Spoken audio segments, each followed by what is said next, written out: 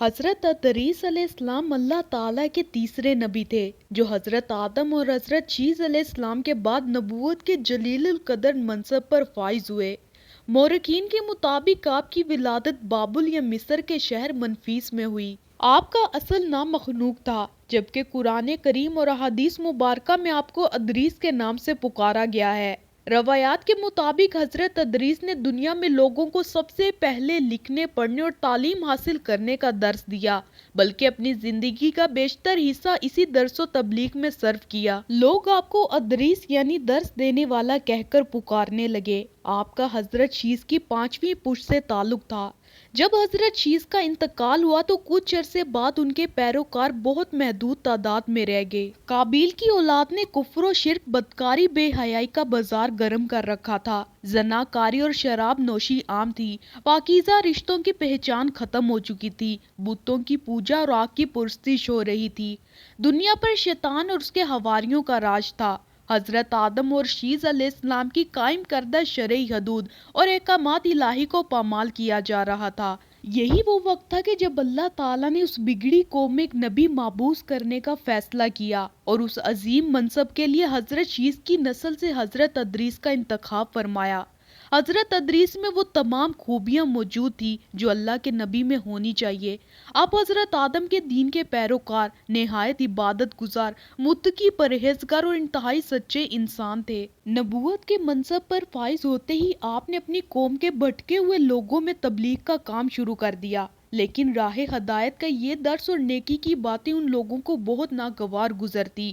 وہ آپ کے دشمن ہو گئے۔ آپ اور آپ کے پیروکار کو طرح طرح سے اذیتیں دینے لگے، یہاں تک کہ آپ نے ان کی اعزار رسانیوں سے تنگ آ کر بابل سے ہجرت کرنے کا ارادہ کر لیا۔ پھر اپنے پیروکاروں کو اپنے اس فیصلے سے آگاہ کیا۔ چونکہ بابل دریائے فرات اور دریائے دجلہ کے کنارے ایک سرسبز و شاداب علاقہ تھا، لہٰذا لوگوں کے لیے اس علاقے سے ہجرت کرنا خاصا مشکل فیصلہ تھا، اور انہوں نے اس حوالے سے تحفظات کا اظہار بھی کیا۔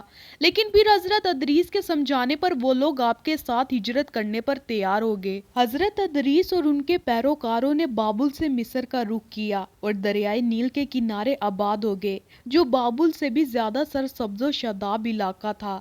حضرت ادریس نے یہاں کے لوگوں میں درس و تبلیغ کے کام کو جاری رکھا۔ آپ اس وقت لوگوں میں رنج تمام زبانوں سے واقف تھے اور عوام کو انہی کی زبان میں درس دیتے تھے۔ آپ کا قرآن مجید میں 2 مرتبہ ذکر آیا ہے۔ سورۃ مریم میں اللہ تعالیٰ فرماتے ہیں، اور اس کتاب میں ادریس کا بھی ذکر کیجئے، بے شک وہ بڑے سچے نبی تھے اور ہم نے ان کو بلند رتبے تک پہنچایا۔ اللہ تعالیٰ نے آپ کو نبوت کے مرتبے پر سرفراز فرمایا اور آپ پر 30 صحیفے نازل فرمائے۔ حضرت ادریس وہ پہلے انسان ہیں جنہیں علم نجوم اور حساب بطور معجزہ عطا کیے گئے۔ سب سے پہلے انہوں نے ہی قلم سے لکھنا اور کپڑا سینا ایجاد کیا۔ ان سے پہلے لوگ عموماً جانوروں کی کھال لباس کے طور پر استعمال کیا کرتے تھے۔ پھر یہ کہ سب سے پہلے ناپ تول کے طریقے بھی آپ ہی نے متعارف کروائے اور اسلحہ بھی آپ کی ہی ایجاد ہے۔ آپ نے اسلحہ تیار کر کے بنو قابیل سے جہاد کیا۔ علامہ ابن اسحاق کا کہنا ہے کہ دنیا کا سب سے پہلا شخص جس نے قلم سے لکھا وہ حضرت ادریس علیہ السلام ہے۔ حضرت معاویہ سے مروی ہے کہ انہوں نے حضور سے رمل کے بارے میں سوال کیا۔ یہ ایک ایسا علم ہے جس میں ریت پر مخصوص لکیریں کھینچ کر کچھ معلوم کیا جاتا ہے، تو رسول اللہ نے فرمایا ایک پیغمبر تھے جنہوں نے یہ لکھا، لہٰذا جس شخص کا خط ان کے مواقف ہو جائے تو اچھا ہے۔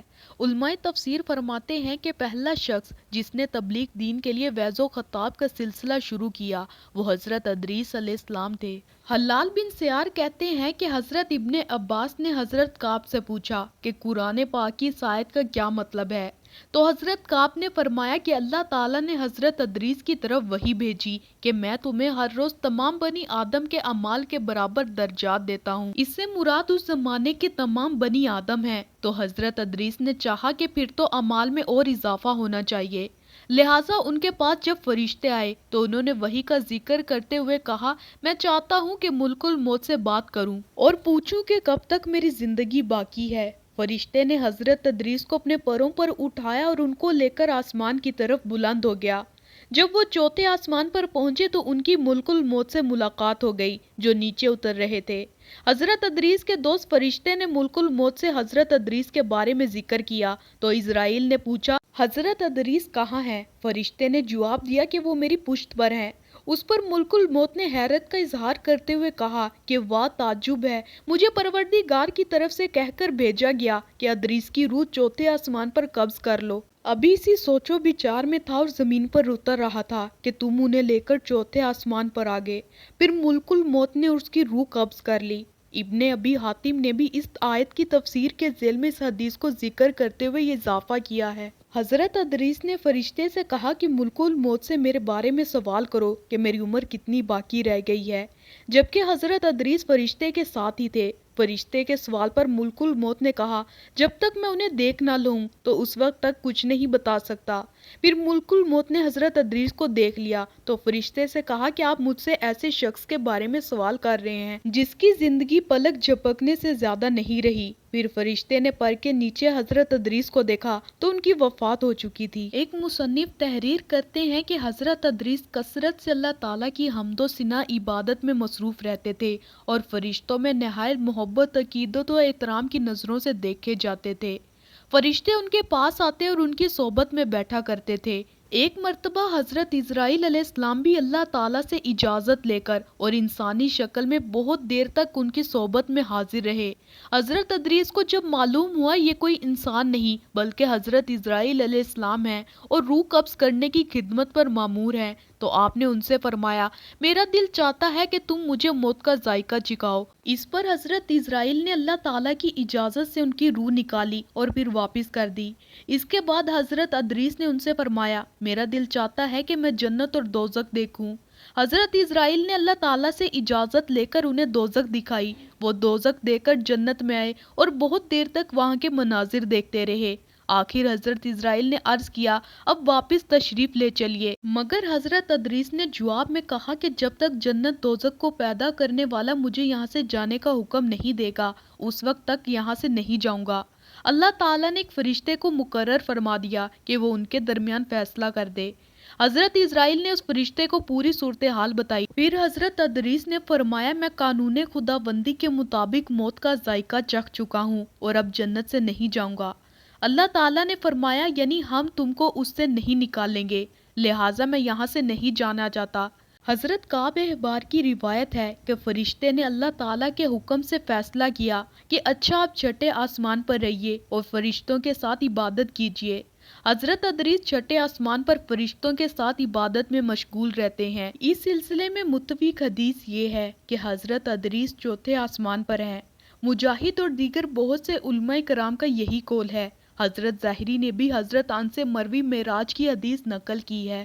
جب نبی کریم معراج کی رات چوتھے آسمان پر پہنچے تو وہاں آپ کی ملاقات حضرت ادریس سے ہوئی، جنہوں نے حضور کو دیکھ کر فرمایا مرحبا صالح بھائی اور صالح نبی۔ حضرت ادریس کی زندگی میں دو چیزیں بہت نمایاں ہیں، ایک وعظ و تبلیغ اور دوسرا آل قابیل کے ساتھ جہاد۔ چنانچہ ان کی پہلی کوشش یہی رہی کہ وہ وعظ و نصیحت سے آل قابیل راہ راست پر آ جائیں اور دنیا برائیوں سے پاک ہو کر اللہ کی عبادت کرنے لگے، لیکن شیطان نے ان لوگوں کو پوری طرح اپنی گرفت میں لے لیا تھا۔ جب آپ ان سے اللہ کی وحدانیت کی بات کرتے، ایک اللہ کی عبادت کی نصیحت کرتے، برائیوں کو چھوڑنے کی تلقین کرتے، تو یہ باتیں ان لوگوں کو بڑی ناگوار گزرتی اور آگ بگولا ہو کر انہیں اذیتیں دیتے، مذاق اڑاتے اور پتھر مارتے۔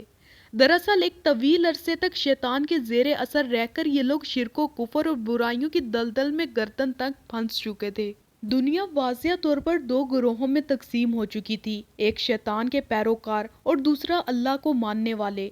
حضرت ادریس اس صورتحال پر بڑے پریشان رہا کرتے تھے۔ آپ نے لاکھ کوششیں کی کہ کسی طرح تبلیغ کے ذریعے ان لوگوں کو راہ راست پر لایا جا سکے، لیکن جب کوئی صورتحال نظر نہ آئی تو انہوں نے اللہ تعالیٰ کے حکم سے ان لوگوں کے خلاف جہاد کیا۔ انہوں نے اللہ اور اس کے پیغمبر پر ایمان رکھنے والے نوجوانوں کی ایک جماعت کے ساتھ آل قابیل کے ساتھ جہاد کیا، جس میں اللہ تعالیٰ نے انہیں کامیابی عطا فرمائی اور بہت سے لوگ دین حق کی جانب راغب ہو گئے۔